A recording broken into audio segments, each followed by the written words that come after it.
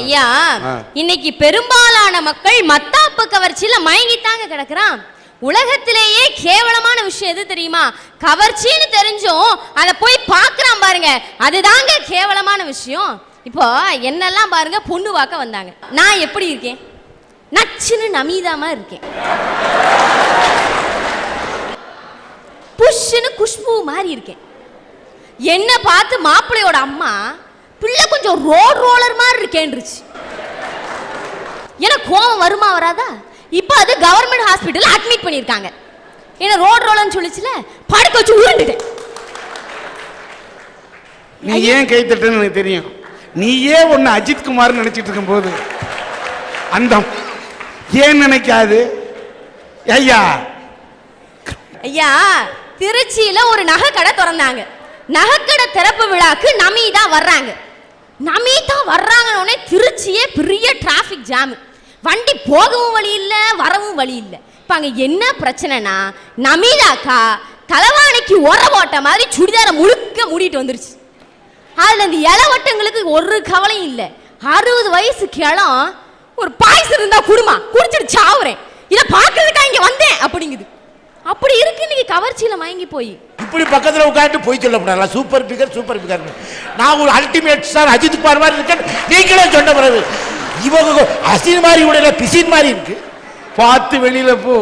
ஒன்னேலாம் நீ அஜித் குமார்னு சொல்லிட்டு காட்டாத தலை ரசிக வந்தானா நீ தலையே காட்ட முடியாது.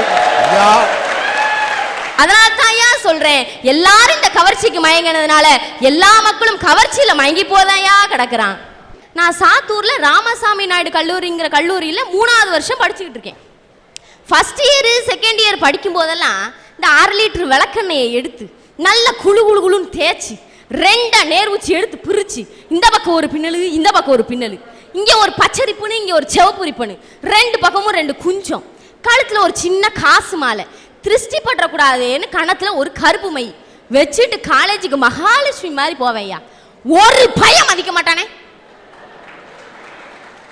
இப்போ 3வது வருஷம் குரங்கு மாதிரி முன்னாடி வெட்டி. இன்னொன்னு, நீங்கள் சீவி சிங்காரித்துக் கொண்டு மலர் வைத்துக் கொண்டு பட்ட ஆடை உடுத்தி சென்றது உங்களை அழகுபடுத்திக் கொண்டது நீங்கள் அழகாக இருப்பதற்கா இல்லை அடுத்தவர்கள் பார்ப்பதற்கா? ஆக நீங்களே தன்னை அடுத்தவர்கள் ஆண்கள் பார்க்க வேண்டும் என்று நினைக்கும் போது பார்க்கின்ற அது ஆண்கள் குற்றமா? பார்க்க வைக்க வேண்டும் என்று நினைக்கின்ற உங்களை போன்ற பெண்கள் குற்றமா? நேத்து வரைக்கும் ஒரு பயம் மதிக்கல, இன்னைக்கு 3வது வருஷம் குரங்கு மாதிரி முன்னாடி வெட்டி 6 அடி கூந்தல் 1/2 அடி கூந்தல் ஆக்கினதுக்கு அப்புறம் ரோகிணி சூப்பருங்க. இங்க இதாயா கவர்ச்சியான உலகம். இன்னைக்கு செல்போன் கவர்ச்சின்னு ஒண்ணு இருக்கு. செல்லு வாங்கினா கூட கேமரா செட்டு தான் வேணுங்க. இவன் என்ன கமலஹாசன் வச்சு 3 மணி நேரம் ஆஸ்கர் பிலிம்ஸ் படம் எடுக்க போறான். அதுல என்ன வருத்தம்னாயா, இந்த மாதிரி சூப்பர் ஃபிகரை வளைச்சு போட்டோ எடுத்தாலும் பரவாயில்ல, சப்பா ஃபிகரா எடுக்கான் ஐயா. அதனால தான் ஐயா சொல்றேன், எல்லாரும் இந்த கவர்ச்சிக்கு மயங்கினதுனால எல்லா மக்களும் கவர்ச்சியில மயங்கி போதையா கிடக்குறான். ஐயா, சாதாரண விற்பனை ஆகிற புத்தகத்தை எடுத்துக்கோங்களேன், இலவச பொருள்னு ஒண்ணு போடுறாங்க. அதை பார்த்து அந்த கவர்ச்சியில மயங்கி அது பின்னாடி போறான்.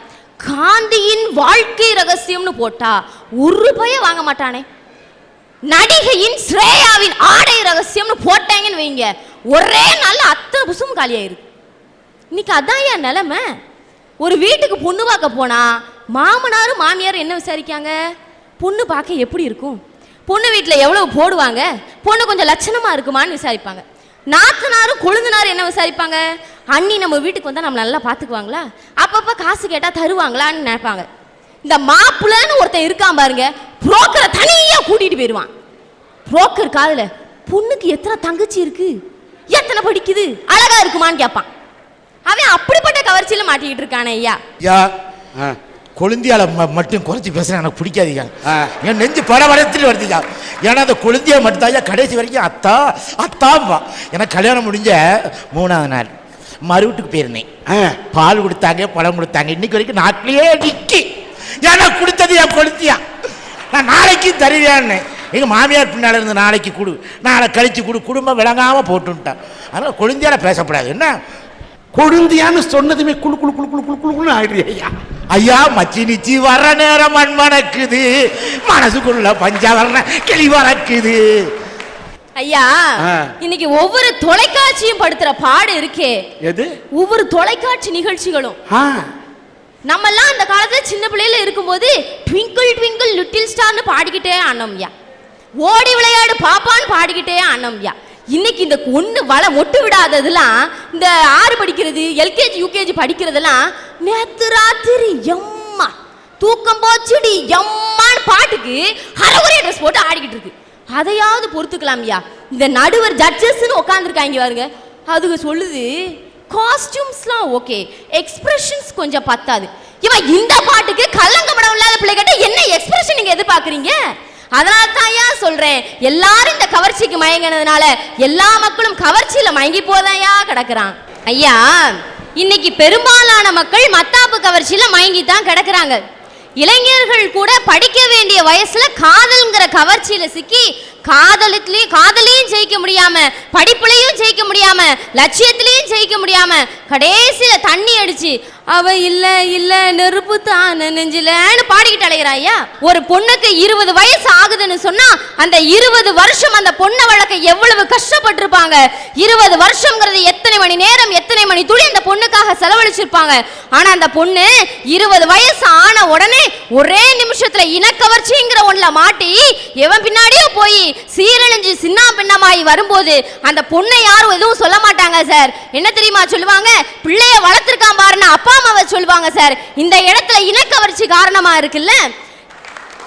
அம்மா நீ நேரம் பேசுனா குறுக்க பேசக்கூடாது. ஒன்று சொல்றேன், இனக்கவர்ச்சியிலே சில பேர் விழுந்து விடுகிறார்கள் என்று சொன்னீர்கள். அப்படி இந்த பிசிக்கல் இன்ஃபாக்சுவேஷன் என்று சொல்வார்களே ஆங்கிலத்தில், அந்த இனக்கவர்ச்சியிலே விழுந்தால் தவறு. ஆனால் காதல் என்பது மனக்கவர்ச்சியில் வர வேண்டியது. மனதும் கலந்தால் தான் காதல். காதல் என்பது கடலை போன்றது, அது பறந்தது, விரிந்தது. நீங்கள் குட்டையை பற்றி பேசிக்கொண்டு குழப்பிக் கொண்டிருக்க கூடாது. இனக்கவர்ச்சி வேறு என்பது காதல் என்பது வேறு.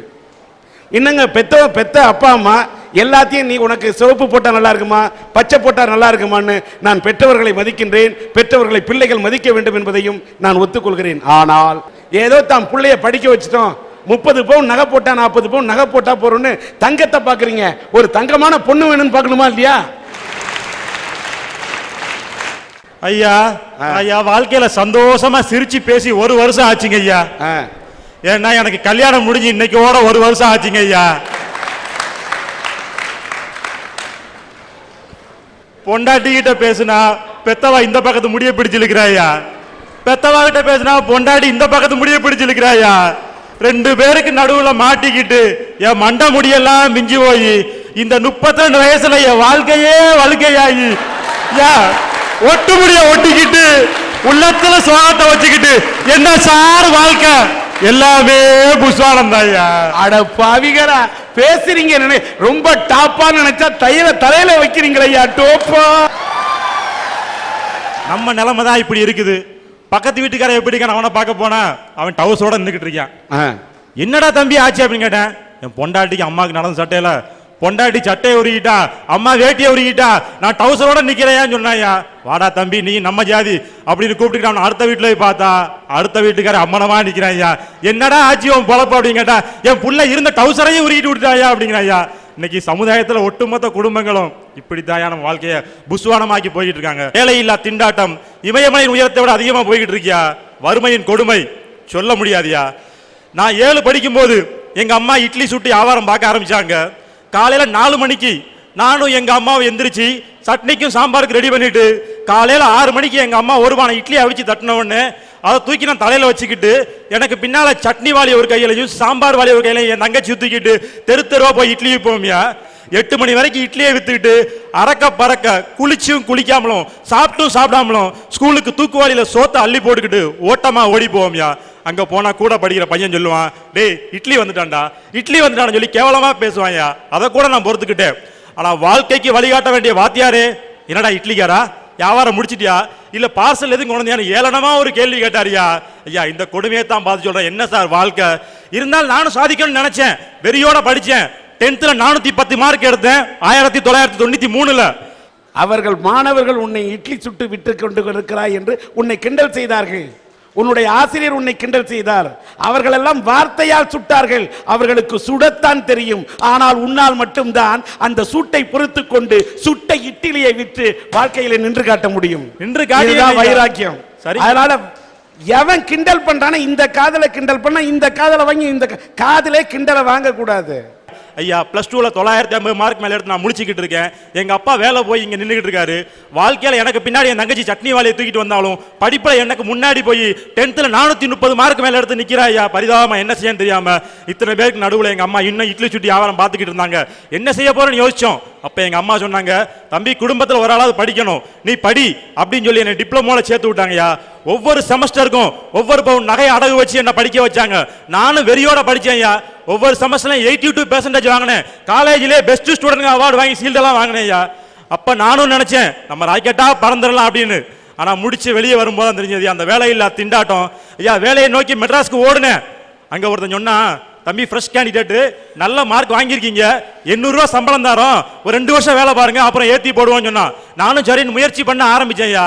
மெட்ராஸ்ல மயிலாப்பூருக்கும் மந்தவெளிக்கும் அலைஞ்சேன். பசியோட கொடுமை தாங்க முடியலையா. சரி முயற்சி பண்ணணும், பெங்களூரை நோக்கி ஓடுனேன் ஐயா. அங்கே என்னால போராட்டத்தில் ஈடுபட முடியல. பாம்பே போனேன், கல்கட்டா போனேன் ஐயா, எல்லா ஊருக்கும் சுத்தி பார்த்தேன். என்னால முடியலையா. சுவர்ல அடிக்கப்பட்ட பந்தா திரும்ப சிவகாசியை நோக்கி தான் ஓடி வந்தேன் ஐயா. எங்க அம்மா அப்பா இட்லி சுடு தான் வித்துக்கிட்டு இருக்கு. கூட மாட மறுபடியும் ஹெல்ப் பண்ணிட்டு சரி ஏதாவது ஒரு வேலையை செய்யலாம்னு சொல்லி ஒரு அச்சாபீஸ்ல மறுபடியும் வேலைக்கு சேர்ந்தேன் ஐயா. ஐயா எங்க வேலை செஞ்சேன் தெரியுமா ஐயா? சம்பந்தமே இல்லாத ஒரு பைண்டிங் வேலையில போய் சேர்ந்தேன். இன்னைக்கு எத்தனையோ இளைஞர்கள் படிச்ச படிப்புக்கும் செய்யற வேலைக்கு சம்பந்தம் இல்லாம ஏதோ ஒரு வேலையை செஞ்சுக்கிட்டு தன்னுடைய வயிற்று பழப்ப ஓட்டிக்கிட்டு இருக்காங்க ஐயா. அவங்கள பார்த்து தான் சொல்றேன், என்ன சார் வாழ்க்கை ஐயா? 20 வருஷமா இட்லி சுட்டு வித்த எங்க அம்மா இன்னைக்கும் இட்லி சுட்டு வித்துக்கிட்டு தான் இருக்குதுயா.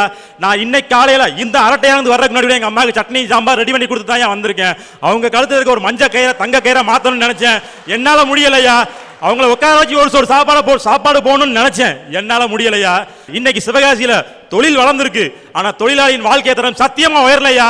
15 வருஷத்துக்கு முன்னால ஒருத்தன் ஓட்ட சைக்கிள் வச்சுக்கிட்டு டவுசர் போட்டு அச்சாபீஸ் வேலைக்கு போனவன் இன்னைக்கு காலையில பார்க்க இன்னைக்கு அதே ஓட்ட சைக்கிள் வச்சுக்கிட்டு டவுசரோட அச்சாபீஸ் வேலைக்கு போயிட்டு இருக்கான். 20 வருஷமா தீப்பெட்டி ஆபீஸ்க்கு வேலைக்கு போனவன் தீக்குச்சியா ஒளி வீசல நினைச்சு தான் போனான். ஆனா அவன் இன்னும் தீக்குச்சியா கருகித்தாயா போயிட்டு இருக்கான், ஒளி வீசலையா. என்னைக்கு இந்த அடித்தட்டு மக்களோட வாழ்க்கை தரம் மாறுதோ அது மாறாத வரைக்கும் நீங்க என்னதான் சரவெடியா வெடிச்சாலும் ராக்கெட்டா பறக்க நினைச்சாலும் இந்த சமுதாயம் ஒரு புஸ்வானம் தாயா. 4 தலைப்பு கொண்டு இங்கே அரட்டை அரங்கத்திலே அவரவர்களுக்கே உரிய பாணியிலே அவரவர்களுடைய கருத்தை எடுத்து வைத்தார்கள். இதுல இந்த 4 தலைப்புல நான் என்ன கோணத்தில் பார்க்கிறேன் என்று சொன்னால், இது சிவகாசியாக இருக்கின்ற காரணத்தால், இங்கே பட்டாசு தொழிற்சாலைகள் நிரம்பி இருக்கின்ற காரணத்தால், இந்த 4 தலைப்பிலும் இருக்கக்கூடிய பட்டாசுகள் ஒன்று புஸ்வானமாக இருக்கட்டும், இல்லை கவர்ச்சி மத்தாப்புகளாக இருக்கட்டும், இல்லை சரவடிகளாக இருக்கட்டும், இல்லை ராக்கெட்டுகளாக இருக்கட்டும், 4மே பட்டாசுகள் தான். அப்படி பார்க்கின்ற போது இந்த 4 தலைப்புக்குள்ளும் ஒவ்வொரு கருத்து பொதிந்திருக்கிறது.